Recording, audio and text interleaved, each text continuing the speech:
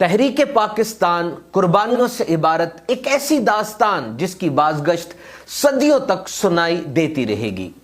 लाहौर के लिए मुहाजिरीन से भरी हुई एक ट्रेन चली और जब वो लाहौर स्टेशन पर रुकी, लिखने वाले लिखते हैं कि पूरी ट्रेन में एक भी मुसलमान जिंदा नहीं था, सबको शहीद कर दिया गया और ट्रेन के किनारों से खून बह रहा था।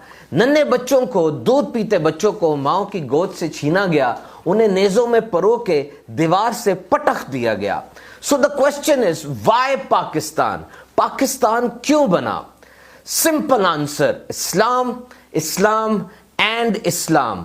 उस वक्त बच्चे, बड़े, बूढ़े, वर्कर, किसान, डॉक्टर, इंजीनियर, कारोबारी, सबकी ज़बान पर एक ही नारा था कि पाकिस्तान का मतलब क्या? ला इलाहा इल्लल्लाह। It's an ideological state. ये कता अराजी अल्हम्दुलिल्लाह रब ताला की लाजवाल नेमतों से माला माल है। ख्योड़ा की कान लीजिए, the most finest salt in the world.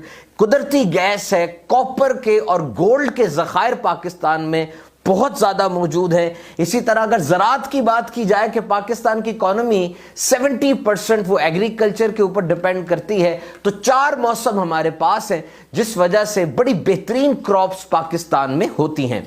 और फिर नहरी निज़ाम, जो कैनाल इरिगेशन सिस्टम है, ये दुनिया में अपनी मिसाल आप है। 5 बहते दरिया वो पाकिस्तान को सैराब करते हैं। और अगर ट्रेड और मईशत की बात की जाए तो याद रखिए, पाकिस्तान गर्म पानी के समुंदर पाकिस्तान में है। इससे मुराद ये है कि हमारे समुंदर जमते नहीं हैं और सारा साल यहाँ पे जो बड़ी बड़ी शिप्स हैं मईशत के लिए, तिजारत के लिए, वो आके रुक सकती हैं। और टूरिज्म, सेहत की अगर बात की जाए तो सन 2020 में पाकिस्तान को one of the top tourism spot करार दिया गया। दुनिया की कदीम तरीन तहजीबें भी यहाँ पर मौजूद हैं।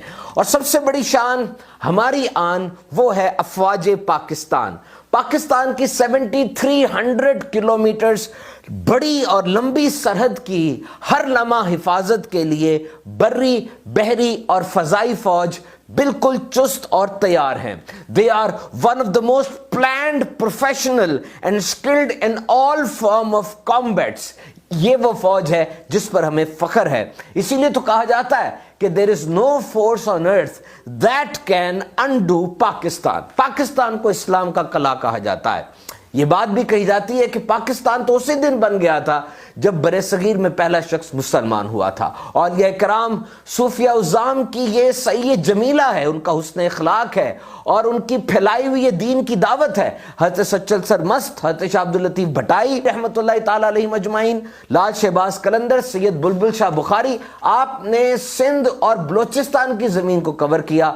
हज़रत सैयद मोइनुद्दीन चिश्ती अजमेरी रहमतुल्लाहि ताला अलैहि 90 लाख गैर मुस्लिमों को दायरा इस्लाम में दाखिल किया।